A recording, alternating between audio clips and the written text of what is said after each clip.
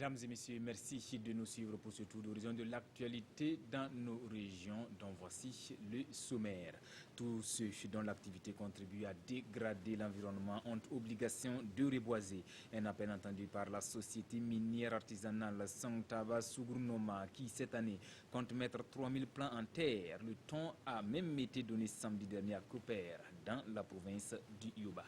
Mais avant de prendre la direction du sud-ouest, nous irons dans la cité de Nabakango pour une double cérémonie. L'installation du président du conseil régional du Nord et celle de Bourema Basile Ouedraogo, le nouveau bourgmestre de la commune de Waiguya. Voilà qui fait la une ce soir. Bienvenue à tous. Une fois à Waiguya, des noms à retenir. René Bila Zida et Bourema Basile Ouedraogo. Si le premier est chargé de remettre la région du Nord sur les rails du développement, le second, lui, a reçu le OK du nouveau conseil municipal de Waiguya. Les attentes des populations locales pour les 5 prochaines années sont connues des deux élus chargés de la bonne gestion des affaires locales. Sur la cérémonie d'installation de ces responsables, retrouvons sur place à Waiguya Irénée Kabouré et Waliou Tidiani. Au Conseil régional du Nord, Zida Bila René est désormais le nouveau maître des lieux. Élu pour un mandat de 5 ans, lui et son équipe doivent travailler à développer la région du Nord sur le plan économique, social et culturel. Après une période de 18 mois de gestion du Conseil régional par la délégation spéciale, plusieurs défis restent toujours à relever. Notre boussole sera le programme pour lequel nous avons été élus, pour amener les populations du Nord à un mieux-être. Et ce défi, c'est quoi? Ce défi, c'est d'abord l'alimentation pour tous. C'est ensuite des voies de communication qui permettent la mobilité des populations. Direction à l'hôtel de ville de Waiguya. Bourema Basile Ouedraogo a été officiellement installé maire de la commune. Il a désormais la charge de la destinée de la cité de Nabakango. Au cours des 5 prochaines années, la population attend de lui l'amélioration de leurs conditions de vie qui se résume entre autres par l'accès à l'eau potable, l'assainissement, l'emploi des jeunes et la construction d'infrastructures de développement. J'assumerai ma fonction dans la loyauté, l'équité et la justice à l'égard de chaque citoyen et citoyenne, quelles que soient ses convictions. Il revient aussi à chaque acteur politique dans le rôle qui lui a été confié d'honorer son mandat au nom de l'intérêt général. Pour la réussite de leur mission, les élus locaux comptent sur l'accompagnement de la population, l'aide des partenaires de développement et les bonnes volontés. Voilà, c'est un reportage de Waliou Tidiani. Cap sur Dédougou, la cloche a sonné dans la cité de Bankoui. Vendredi dernier, c'était la rentrée solennelle pour les 92 conseillers municipaux nouvellement élus. Prenant la population en témoin, ils ont promis au-delà de leurs divergences politiques travailler main dans la main pour booster le développement de la commune de Dédougou. Yves Rwamba, Nayalagdopol, Sawadogo. Cohésion sociale et promotion de l'économie locale, c'est sous ces signes que le conseil municipal de Dédougou place son mandat. C'est un conseil municipal fort de 92 conseillers avec un bureau de 7 membres présidé par le docteur vétérinaire Karim Lomboza Kondé qui doit conduire pour 5 ans les destinées de la cité de Bankoui. Face à la population, le maire a décliné ses ambitions pour la commune et les défis à relever. D'abord, de la promotion de l'identité culturelle, parce qu'elle est la base de tout. Et donc, l'autre défi sur lequel nous allons donc travailler, c'est la mobilisation des ressources financières pour pouvoir donc réaliser nos projets. Et le défi qui suit, c'est celui donc de développer le partenariat existant. Et l'autre défi qui suit, c'est celui donc de nous attaquer en renforçant donc l'approvisionnement en eau potable et en l'assainissement parce que c'est la ville de Dédougou, vraiment il y a un sérieux problème d'assainissement. Le conseil municipal ne peut relever ces défis sans le concours de la population. C'est pourquoi les différents intervenants dans leur allocution ont demandé à la population de soutenir le conseil municipal. À présent, prenons place sur le mont Yoba pour parler reboisement. La société minière artisanale Songtaba ce gouvernement veut compter ses arbres parmi les 8 millions prévus pour la campagne nationale de reforestation. Cette année, pour la 4e fois consécutive, elle entend mettre 3000 pieds en terre. Les tout premiers se dressent depuis samedi dernier sur le site de l'école de Kirkon dans la commune de Koper. Images et commentaires avec Ali Sagnon et Aboubakar Traoré. Par la mise en terre de cet anacardier sur le site de l'école primaire de Pirkon, la société minière artisanale Songtaba Sougou Noma, installée à Lopal, lance officiellement sa campagne de reboisement 2016. Une activité qui sacrifie à une des obligations du cahier de charges des sociétés minières. Notre activité cause d'énormes dégâts sur l'environnement. Le ministère de tutelle nous a conseillé de reboiser pour amoindrir les effets néfastes de nos actions. Et depuis 4 ans, nous plantons les arbres chaque année. Cela ne peut pas tout remplacer, mais ça contribue à lutter contre la déforestation. Pour cette campagne de reboisement, la société minière artisanale Songtaba Sougou Noma prévoit planter 3000 arbres, dont des eucalyptus, des anacardiers et des manguiers. Le gouverneur de la région du Sud-Ouest, tout en encourageant le promoteur Issa Ouedraogo, invite les autres orpailleurs à emboîter ses pas. Tout ce qui est exercé dans cette activité-là, c'est de préserver la nature, protéger la faune, la flore. Parce que l'activité d'orpaillage, même si elle apporte de l'argent, peut aussi apporter des maladies auxquelles l'argent ne pourra pas soigner.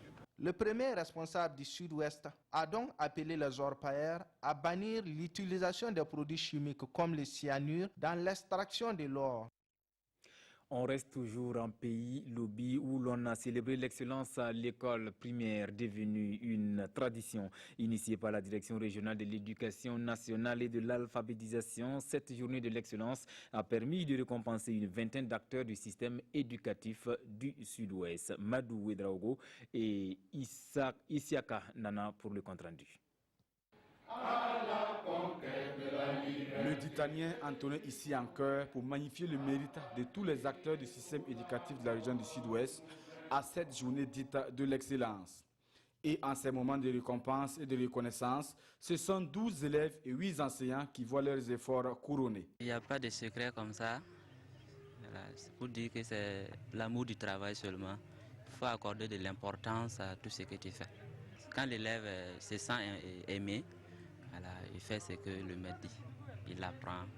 Voilà, il faut avoir aussi une bonne collaboration à l'école, dans le village où tu es. Voilà. S'il y a la collaboration, tes lacunes, les autres enseignants peuvent les remonter avec les expériences, voilà, car l'éducation se complète.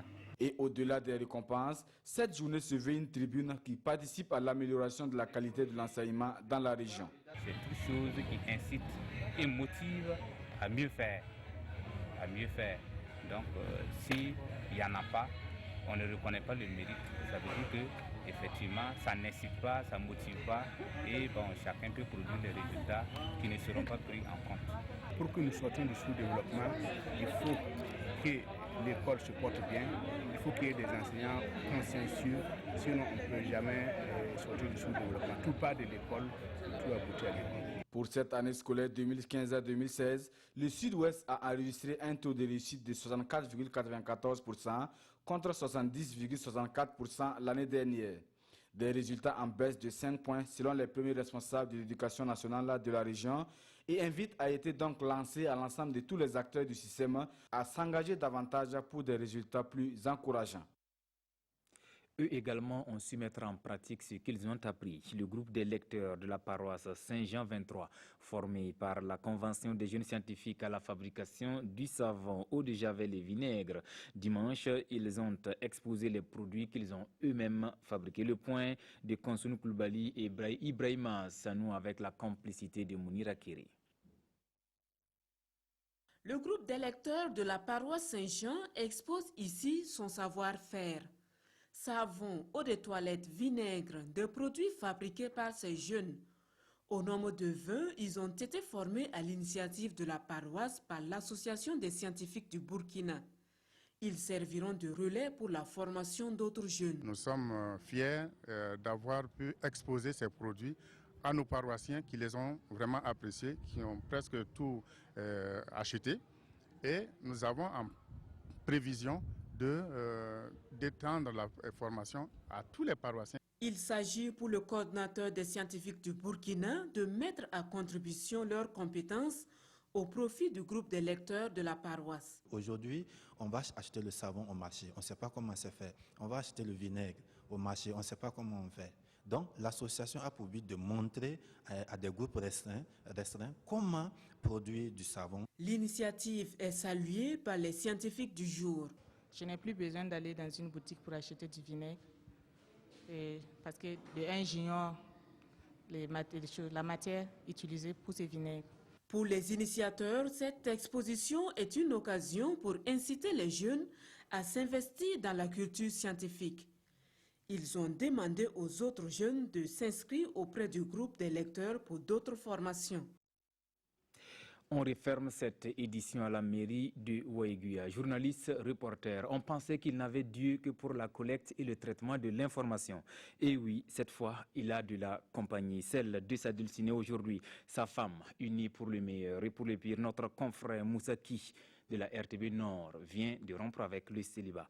On fait le point avec Ali Doualin Savadogo. C'est ici, dans la salle de noces de la mairie de Waiguia, que Moussaki et Kadidia Neoli Nikiema se sont unis par le lien sacré du mariage. Au nom de la loi, je déclare M. Ki Moussa uni par le lien du mariage avec Mademoiselle Nikiema Kadidia ici présente. Unis ainsi par la loi, Moussaki et Kadidia Neoli Nikiema ont opté de vivre sous le régime de la monogamie bien commun. Après l'union devant les maires, c'est l'église cathédrale qui a reçu les élus du jour. Là encore, c'est une célébration couronnée de sacrifices et de bénédictions qui va fortifier le jeune couple dans leur union pour le meilleur et pour le pire. Devant Dieu, devant les hommes, pour le meilleur aussi. Ainsi, les deux tourtereaux se sont promis amour et fidélité devant Dieu et devant les hommes pour le restant de leur vie. Moussaki est journaliste à la RTB Nord et Kadidia Neoli Nikiema, étudiante en sciences économie et gestion à l'université Joseph Kizerbo. Ainsi s'achève cette édition, mesdames et messieurs. Merci de l'avoir suivi. Ne manquez pas le rendez-vous de l'information à 20h avec Foussini Kindo. À bientôt.